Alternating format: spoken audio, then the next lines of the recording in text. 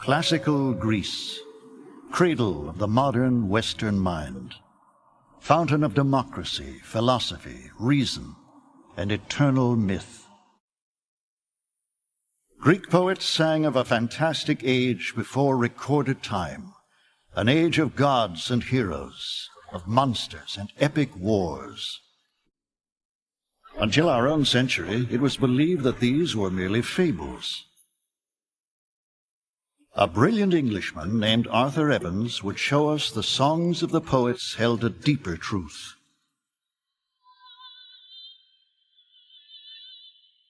He would discover the Minoans, a dazzling civilization lost in time, builders of the mythic labyrinth, even the nation of lost Atlantis.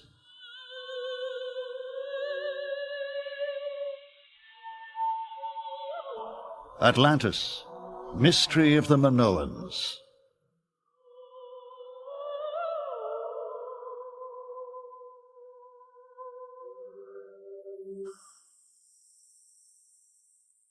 Late in the 19th century, historians maintain that the glory of classical Greece burst like a brilliant sun from prehistoric darkness. There is no evidence that any Western civilization preceded the rise of the Greeks 800 years before Christ. Arthur Evans will spend a lifetime pushing back the boundaries of history. Arthur Evans is born in 1851, an era of scientific revolution. His father, John, is a millionaire and pioneer archaeologist. The work of John Evans pushes the dawn of human civilization farther and farther back in time, a concept rejected by the Oxford academic elite. Now young Arthur Evans enters the fray. By the time he is 30, he has made his mark as a scholar and a rather wild adventurer.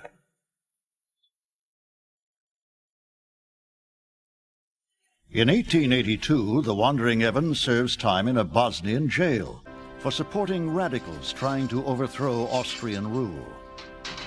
Compared to such escapades, Oxford life bores him. He is anxious to set out on another great adventure, and recent discoveries in Greece give him the excuse he needs.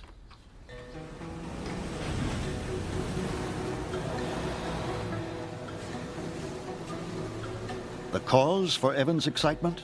Incredible finds made by a German named Heinrich Schliemann. Schliemann has followed a trail nearly 3,000 years old, the trail of Homer, the great blind bard whose masterwork was the Western world's first war story, the Iliad, the chronicle of the bloody Greek assault on the city-state of Troy to rescue the beautiful Helen.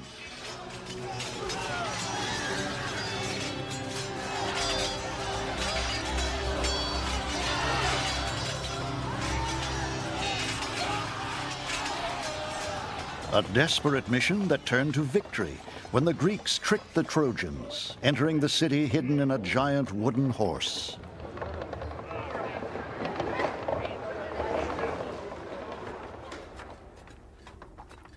In 1873, Heinrich Schliemann, the Iliad in one hand and a shovel in the other, announces that he has found the ruins of ancient Troy in modern Turkey. Buried beneath millennia of rubble, the German uncovers a great ancient city he believes can only be Troy. And as Schliemann's wife models a priceless headdress found in the ruins, he proclaims Helen of Troy reborn. At Troy, myth has been made real. But now Arthur Evans is heading for Schliemann's latest and most spectacular find, Mycenae, the mystic city of the glory of the Greeks.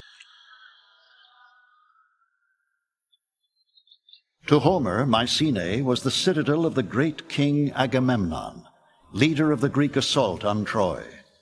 A fortress whose massive brooding walls have been set in place by the giant Cyclops. Here again, the words of Homer lead Schliemann to astounding discoveries.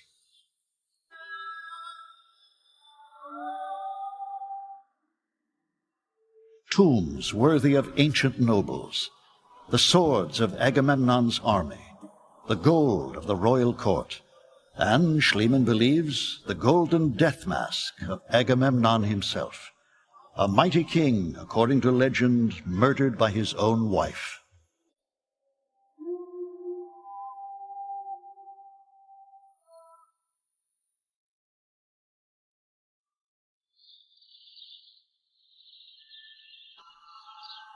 Arthur Evans is obsessed by the riddle of Mycenae. Once it had been a bastion of wealth, power, and artistry, but then, suddenly, Mycenae crumbled, doomed to survive only in the lyric lines of Homer.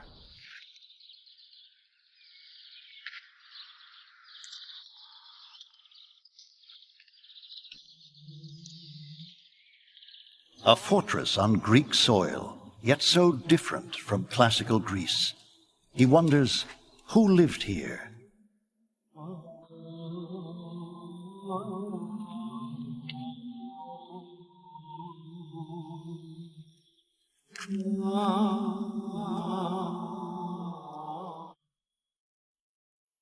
Evans is convinced a people advanced enough to construct this great city must have been literate. Throughout what is now the civilized European area, there must have once existed systems of picture writing such as still survive among the more primitive races of mankind.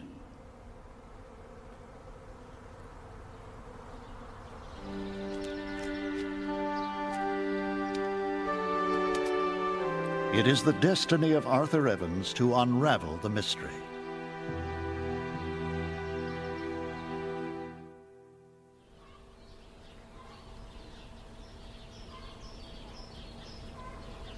In Athens, after meeting with Schliemann at his home, questions race through Evans' mind. Among the artifacts from Mycenae, there is one that puzzles him, an ancient ring decorated with the image of an octopus. Why would the landlocked Mycenaeans use the octopus as an emblem? Evans speculates, was Mycenae merely one outpost of the ancient Mediterranean world?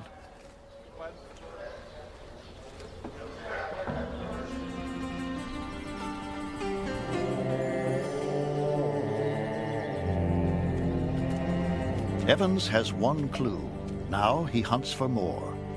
Year after year, he travels to Greece, searching for traces of a culture more ancient than the builders of the Acropolis. In 1892, he writes to his wife, Margaret, in England, of one astonishing find. Yesterday, I was grubbing below the Acropolis and picking out fragments of pre-Mycenaean vases, which no one here seems to have heeded before. Tantalizing clues that Greece's golden age was preceded by one just as great, but completely lost to modern times.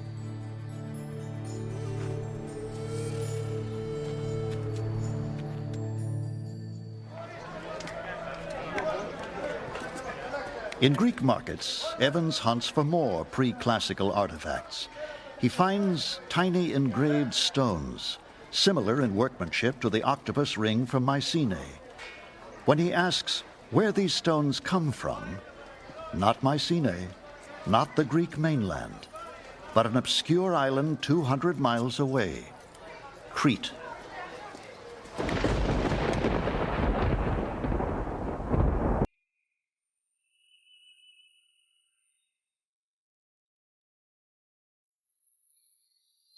Crete, a magical, legendary island. Its unmatched beauty and its mighty king described in the works of Homer. In the middle of the wine-dark sea, there is an isle called Crete, a ravisher of eyes, washed by the sea. On Crete are many cities. The greatest is Knossos, where King Minos ruled, in council with mighty Zeus.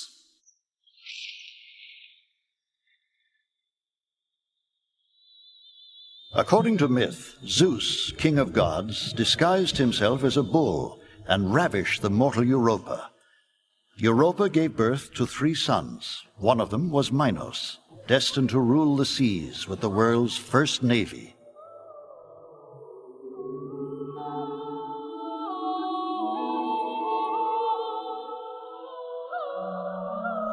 Like the signet stones, the myth of Minos leads Arthur Evans south.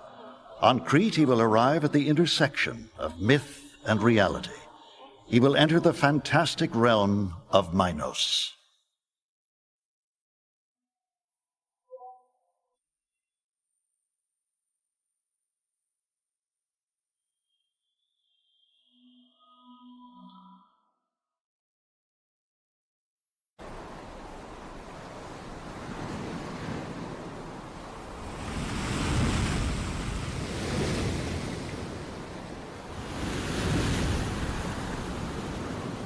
In March 1894, the English adventurer Arthur Evans arrives on the island of Crete, drawn by an obsession with the ancient world that will haunt him for the rest of his life.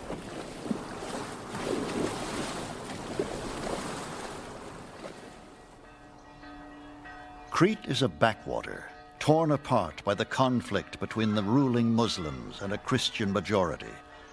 On the surface, little evidence of the island's lost glory.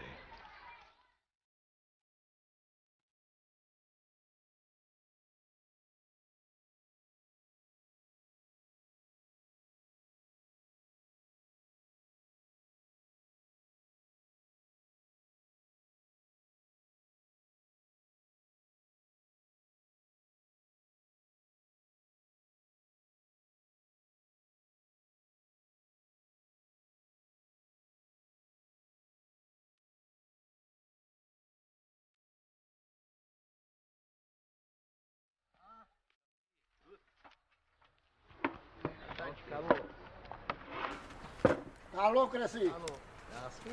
Thank you. Evans finds what he came looking for. More of the engraved stones he had seen in the Athens marketplace. Ancient gems worn by village women as lucky maternal charms. How much,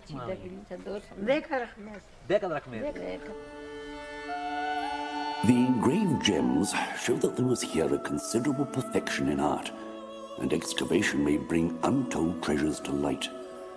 The golden age of Crete lies far beyond the limits of the historical period. Evans turns from adventure to archaeology, guided like Schliemann by Homer. His quest draws him to a grassy plain where, according to legend, there once stood a palace called Knossos. At Knossos itself, it was well known that there was an ancient site, and an important one. And the name Knossos is well known from mythology as one of the important cities, the most important city of Crete itself. So he arrived here with the intention of acquiring the land on the ancient site. Beneath this meadow, perhaps, lay the mythical lair of the ferocious Minotaur, half man, half bull, the bestial offspring of Minos's wife, Pasiphae. Such was the might of Minos that he could demand from Athens bloody tribute to the creature. 7 young men, 7 young maidens, torn apart to appease the wrath of King Minos, until brave Theseus entered the labyrinth and killed the beast within.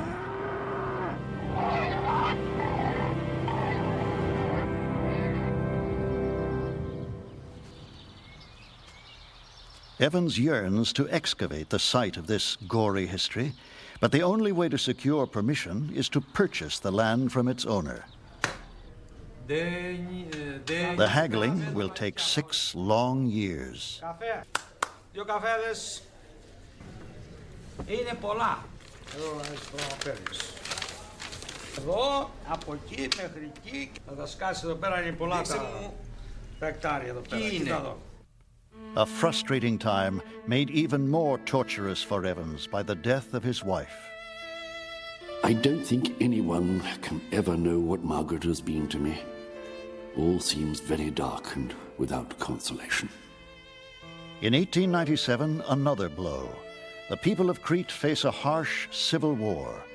On the threshold of a great discovery, Arthur Evans must return to England and wait.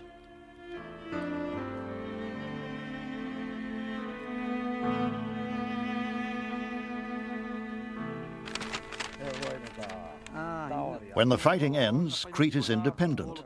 Excavation is permitted, and the real estate bargaining finally continues. To his almost inexhaustible powers of obstruction, I can pay the highest tribute. However, after encountering obstacles and delays of every kind, I was able at the beginning of 1900 to purchase the whole.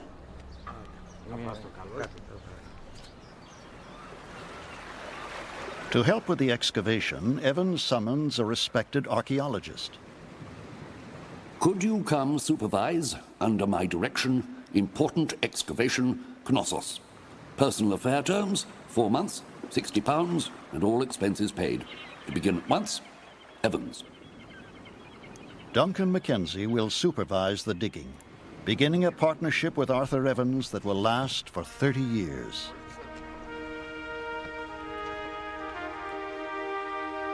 To preserve harmony on the fractious island, Evans insists that his work crew contain both Christian and Muslim laborers. The work at Knossos signals the future cooperation of the two creeds under the new regime on the island. A few months earlier, both parties had been shooting each other on sight. March 23rd, 1900. The ground of Crete is finally broken. And within days, the new century is crowned with a legend brought spectacularly to life. At the age of 49, after decades of study and searching, Arthur Evans has found a lost civilization older than classical Greece, older than mysterious Mycenae.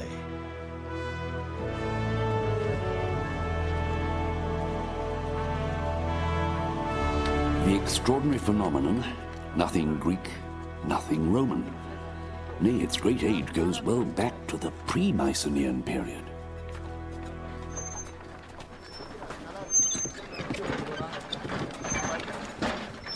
On April 5th, after only 2 weeks of work, Arthur Evans becomes the first man in 3,500 years to gaze upon the face of an ancient son of Crete. Not Greek, not Mycenaean. What then?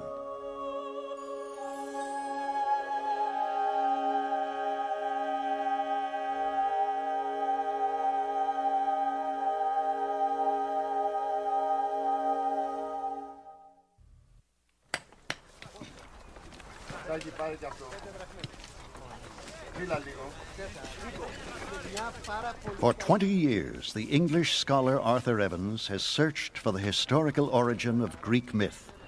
Now, on the island of Crete, he finds it. Walls and floors, pottery of an unknown style, the works of a mysterious civilization to be scrupulously examined by Duncan Mackenzie. Evans was extremely lucky when Mackenzie came with him to Knossos, because I don't think Evans really had a great deal of knowledge about the practicalities of field excavation and how one has to excavate carefully layer by layer in order to determine the chronology of what one is digging. And so Mackenzie's contribution to the excavations here at Knossos was absolutely crucial.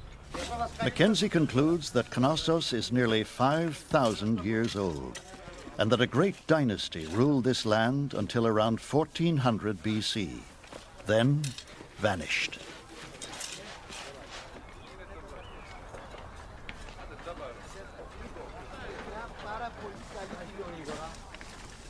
Evans names this lost world Minoan, after the legendary ruler of Crete, King Minos. He has discovered the royal palace of a forgotten empire.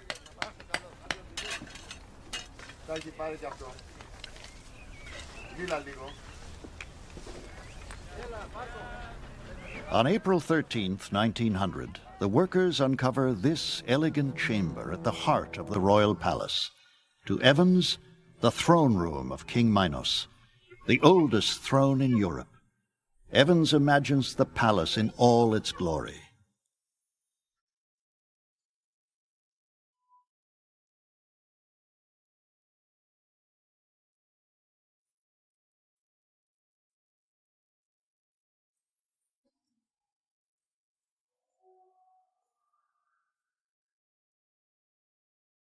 Evans will spend the rest of his life in the pursuit and the resurrection of the glory of the Minoan world. Frescoes show a society of graceful noblewomen at leisure, of daring young men vaulting over the horns of mighty bulls.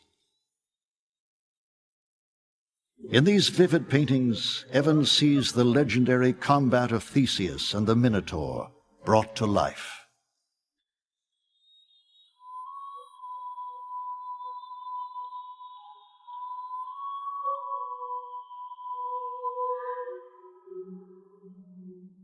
Throughout the palace, images of the sacred bull, symbol of virility and power, echoes of timeless myths. Myths of bulls and of the goddess of the snakes, a palace consecrated to faith and ritual.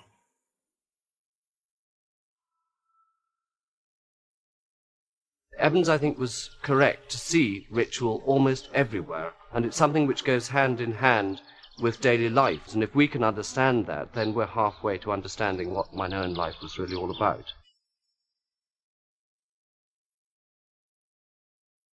But Knossos was more than the temple of Minoan religion. It was their capital, command center of a great trading empire, with links in Europe, Africa, and Asia. Evans finds huge warehouses of jars that once were filled with grain, honey, oil, and wine, thousands of gallons at a time. He wonders if these great sunken chambers also had a more ominous function. With what object were these walled pits constructed? It does not seem unreasonable to recognize in these deep-sunk walled chambers the dungeons of the palace. The longer chamber holding several prisoners, the smaller perhaps for solitary confinement. The groans of these Minoan dungeons may well have found an echo in the tale of Theseus. The sheer scale of Knossos is overwhelming. 1,400 rooms, far bigger than Buckingham Palace, sprawling over 6 acres. The Minoans even had running water and a system of sewage drains 1,500 years older than the famous Roman aqueducts. An engineering marvel of the ancient world. Conveniences not even enjoyed by some of Evans' English countrymen in 1900.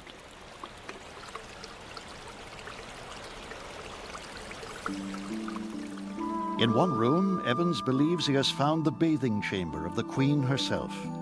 Again, he is transported through time to an elegant room of comfort and grace.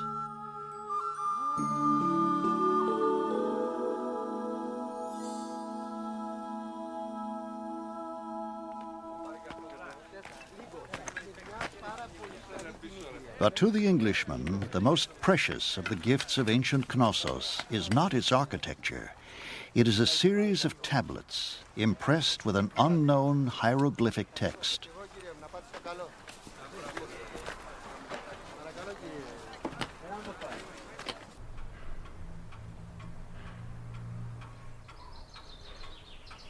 We have found a kind of baked clay bar, rather like a stone chisel in shape, though broken at one end with script on it and what appear to be numerals. I must have about 700 pieces by now. It's extremely satisfactory, as it's what I came to Crete to find.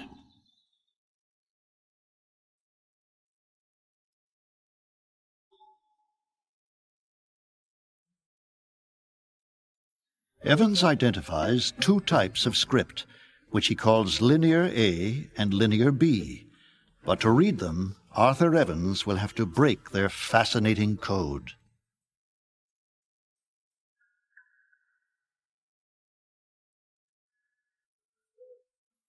More and more, Evans is convinced that Knossos, not Mycenae, was the civilization that presaged classical Greece, a capital without defensive walls, a center of culture, comfort, and peace, entered by the oldest road in Europe. Then the Minoans vanished. Their majestic palaces crumbled. Why? To find out, to fully excavate and study the ruins of Knossos, Arthur Evans will devote all his life and nearly all his vast fortune, hiring first 50 men, then 250.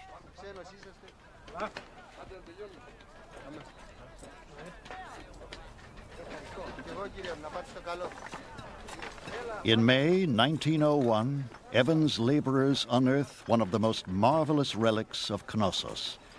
Giant stone blocks that Evans realizes must have been part of a grand staircase. For 4 years, with intense effort, the men worked to re-erect the stairway. 4 stories high, the greatest architectural wonder of the Minoan world.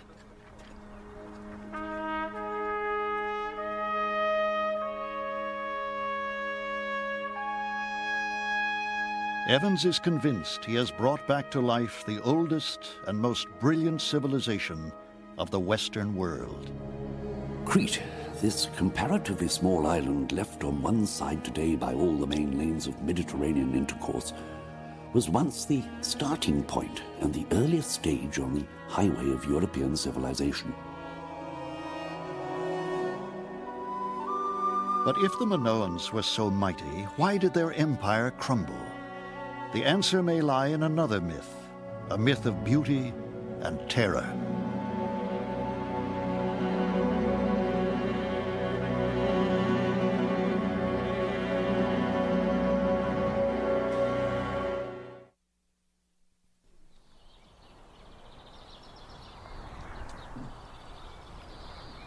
The Minoan world, unknown until the turn of the 20th century, has been unearthed on the island of Crete. In 1908, their discoverer, Arthur Evans, builds himself a grand new home at the site of royal Knossos. He calls it the Villa Ariadne, named after the legendary daughter of King Minos. The labyrinth of her monstrous brother, the Minotaur, is now completely revealed.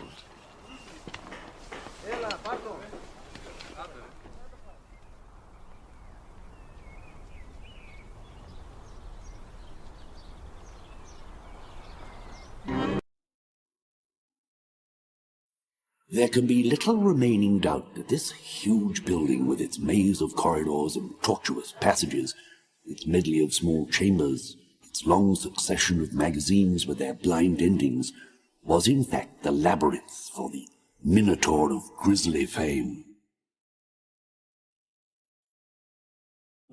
Here, too, begins the myth of Daedalus, master architect of Knossos, cast into the labyrinth by Minos with his son Icarus, but not for long, as the legend tells us. Daedalus fashioned wings from feathers and wax. He warned his son, "Do not fly too high, or the sun will melt the wings."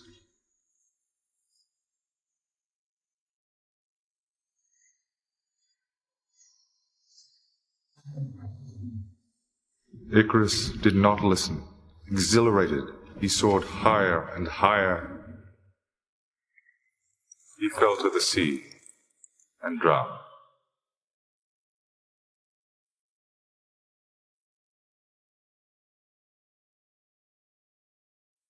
Evans' discoveries amaze the world. He has found the solid stone basis of the most alluring of ancient myths. But, unknown to Evans, there is another legend to be tested at Knossos.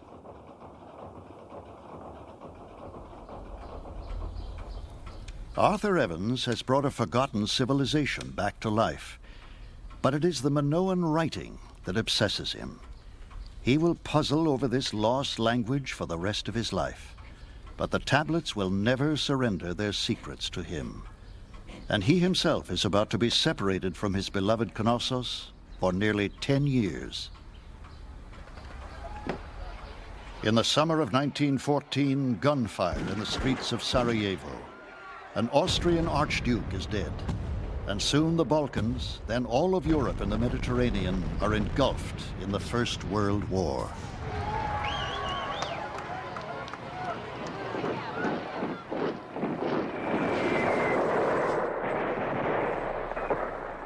Further excavation on Crete is impossible. Evans waits out the war in England. At its end, he negotiates on behalf of the fractious Balkan states and helps create a new country, Yugoslavia. The world is once again a peaceful place. Only then, in 1922, can he return to the land of Minos. By now, Sir Arthur Evans is in his 70s, knighted for his discoveries on the island of Crete. But the work of Sir Arthur is far from over.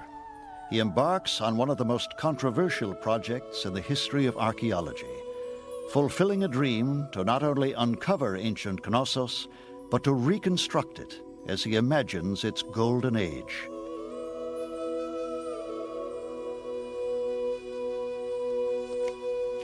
Duncan Mackenzie is assigned to oversee the restoration.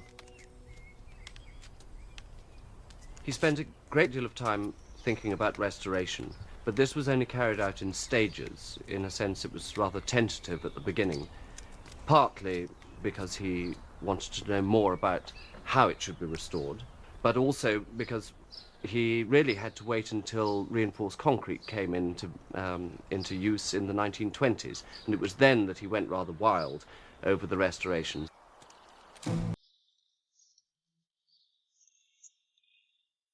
The Palace of Minos is to be recreated according to Evans' vision of the ancient Minoan world. The project is daring and controversial, but Evans owns Knossos. He is respected enough and rich enough to endure the criticism, working sometimes from the archaeological evidence and sometimes from his own imagination. He wants visitors to see Knossos as it was, millennia ago.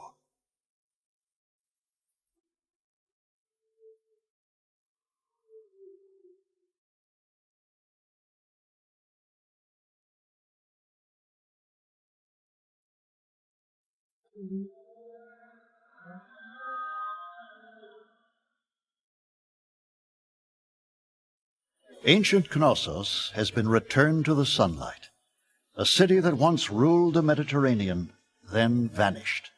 But why? In 1926, Evans believes he has found the answer.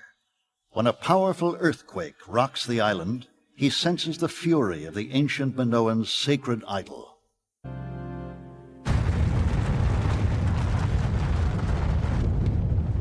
A dull sound rose from the ground like the muffled roar of an angry bull. It is something to have heard with one's own ears, the bellowing of the bull beneath the earth.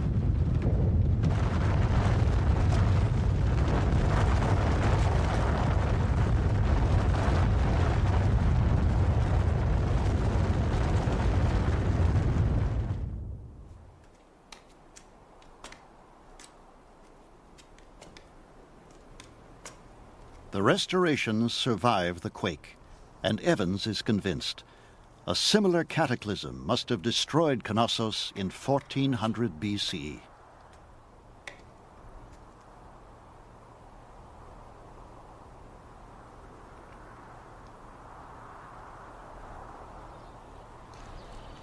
For Evans, one mystery has been solved, but the other, the Minoan tablets, still escapes him. After 30 years of struggling, Arthur Evans has not been able to hear the voices of the silent past.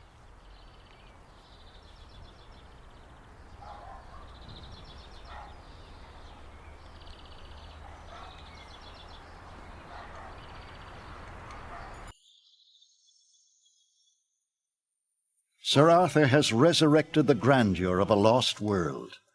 One night, ill and feverish, he descends the grand staircase and is immersed in a final, magical vision of the gentle race he rescued from eternity.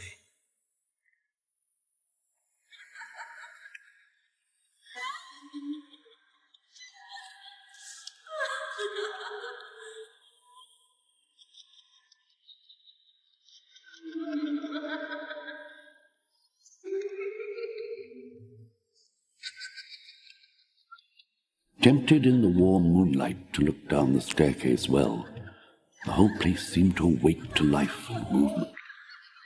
Such was the force of the illusion that the priest-king, with his plumed crown, great ladies tightly girdled, flounced and corseted, Long stoled priests, and after them a retinue of elegant and sinewy youths, as if the cupbearer and his fellows had stepped down from the walls, passed and repassed on the flights below.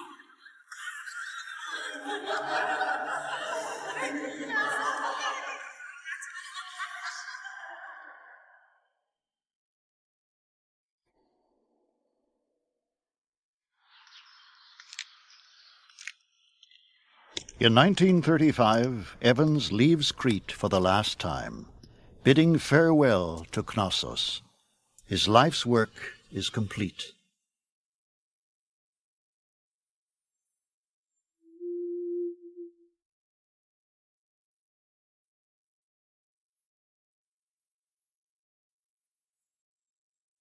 Sir Arthur dies 6 years later, defiant, controversial, indomitable to the last.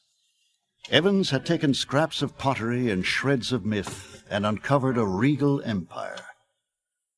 But one secret, the secret of the empire's collapse, remains embedded in the most alluring legend of all, the fable of lost Atlantis.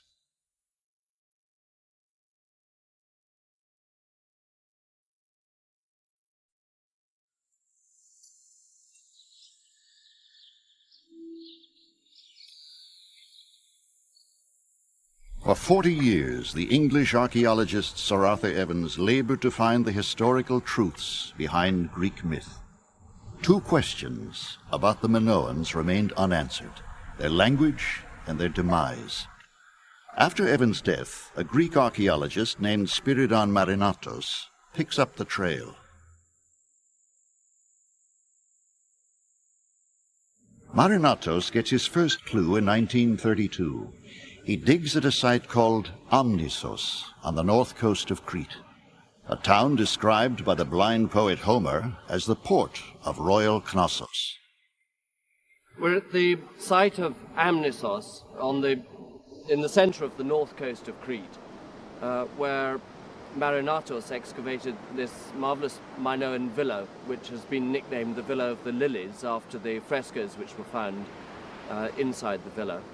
At one part of the site he found great cut blocks which had been shifted out of place, which he attributed to a tsunami or tidal wave.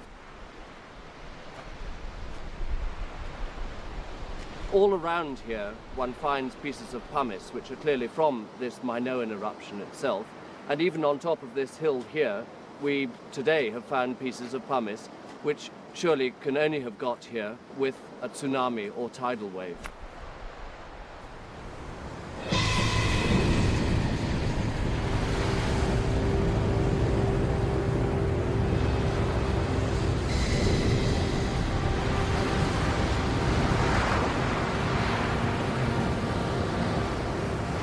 What could have set off such a deadly wave? The answer dawns on Marinatos. 75 miles north of Crete, an island called Santorini. An island that was rocked by an ancient cataclysm hundreds of times more powerful than a hydrogen bomb.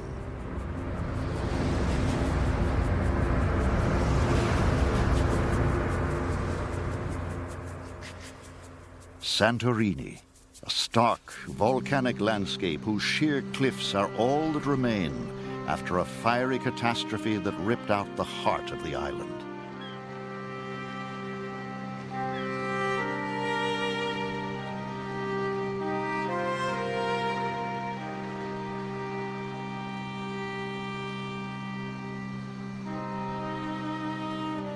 Marinatos is convinced.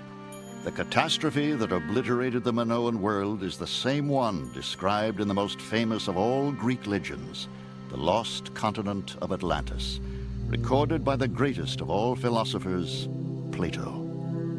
In this island of Atlantis had arisen a great and wonderful monarchy, which ruled the whole island as well as many others and parts of the mainland. But afterwards came a time of earthquakes and disasters. In one terrible day and night, Atlantis sank into the sea and vanished. Plato chronicled the myth of Atlantis in 300 BC, 400 years after Homer's Iliad, 1,000 years after the end of the great Minoan Empire. Was Plato writing a fable or transcribing history? Marinatos believes the legend is a distorted memory of the destruction which befell Crete and Santorini.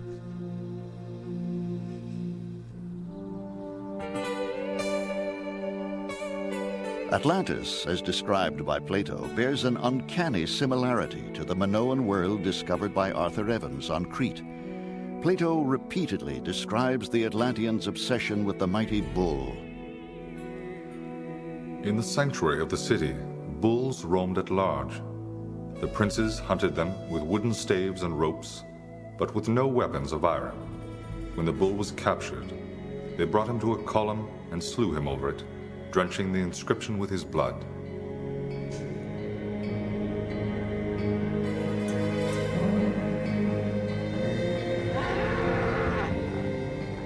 Plato describes the geography of the island, again resembling Crete.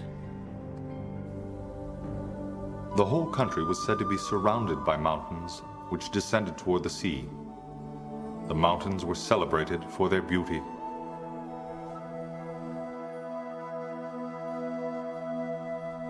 Marinatos believes the Minoans were the people of Atlantis.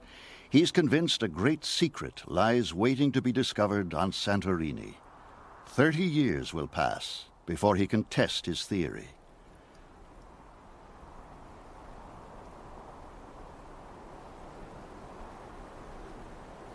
In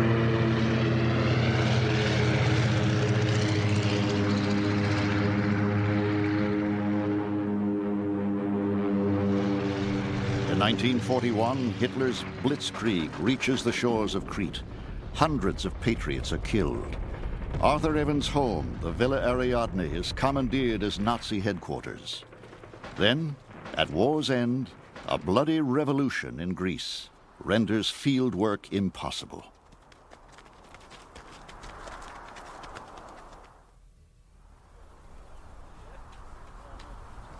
Not until 1967 can Marinatos finally dig on Santorini. The site is a barren field and a low-lying part of the island that might have escaped the worst of the eruption. Almost immediately, Marinatos workers discover structures that are unmistakably Minoan. Pots painted in Minoan style, sealed intact in volcanic ash for more than 3,000 years.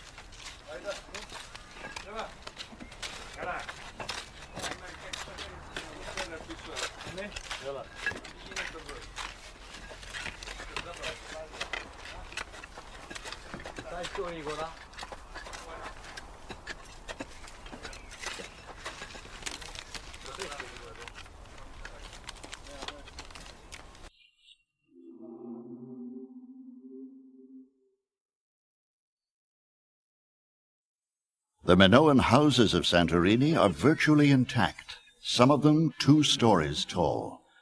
Frescoes have been perfectly preserved, vivid with the artistry of a vanished people. Among the most famous, the fishing boy.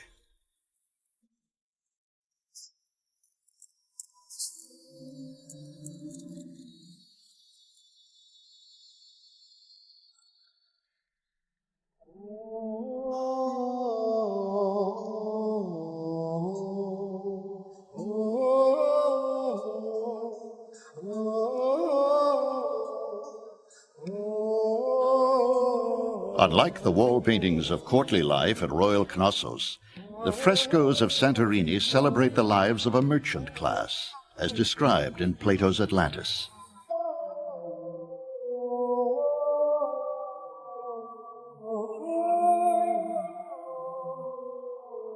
The charming art of this ancient village reflects the dreams of a people tied to the sea, a nation of sailors and traders, again matching Plato's account of the seafaring Atlanteans. Their ships touched the shores of Egypt, Libya, Mesopotamia.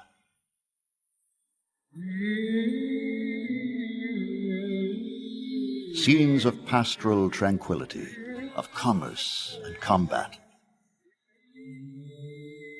A gentle life, suddenly shattered by the most destructive volcanic eruption in recorded history.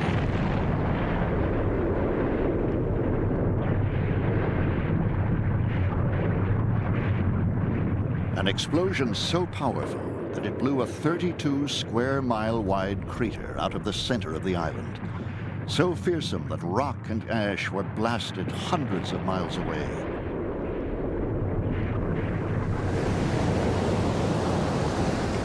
"60 miles to the south, on Crete, Minoan ports were washed away by tidal waves. Inland, ash rained down on Knossos. Crops failed. Trade ceased. The empire was staggered.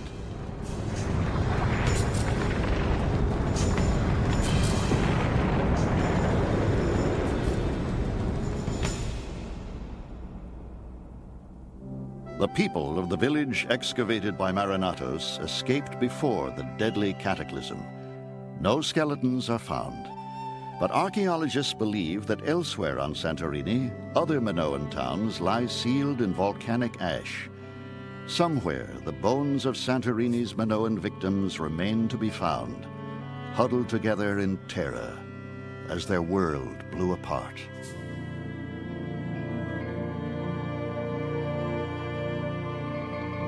Marinatos continues to dig on Santorini until 1974, when he dies at the site.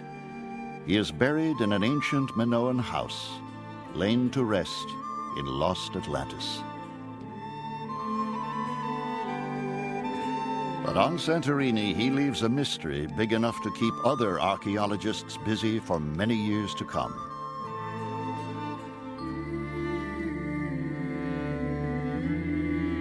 On the shores of the eternal Mediterranean, mighty civilizations rose and fell, conquered, then disappeared. They left their artistry to delight us and their myths to haunt our dreams.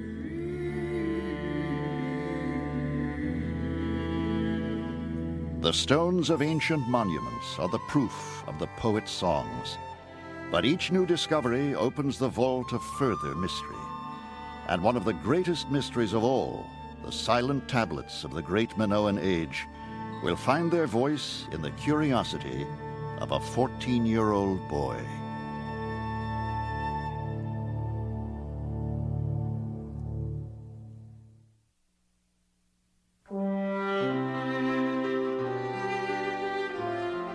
For decades, the English scholar Arthur Evans attempted to decipher two forms of written script from the palace of Knossos on the island of Crete. He never succeeded. But in 1936, when he was 85 years old, Evans lectured to an audience of school children on the undeciphered Minoan scripts he called Linear A and Linear B. In the audience was a 14-year-old boy named Michael Ventris, who decided then and there that he would be the one to break the code. It takes him 16 years, but he succeeds. He deciphers Linear B. During the last few weeks, I've suddenly come to the conclusion that the Knossos and Pylos tablets must, after all, be written in Greek, a difficult and archaic Greek, seeing that it's 500 years older than Homer, and written in a rather abbreviated form, but Greek nevertheless. Ventris has pushed back the dawn of the West by 1,000 years. The names on the Linear B tablets are those of Greek legends: Hector, Achilles, Poseidon, Zeus. Proof that Western culture did not begin with the Acropolis, with Homer, or Plato. It began with the Minoans. Tragically, Michael Ventris dies in an automobile accident in 1956, before he is able to decode the even older script, Linear A. That language remains undeciphered today. A puzzle passed down through 4,000 years to challenge those who seek to peel back the curtains of the ages. To explore at the borders of myth and wonder, where truth meets the mystery of time.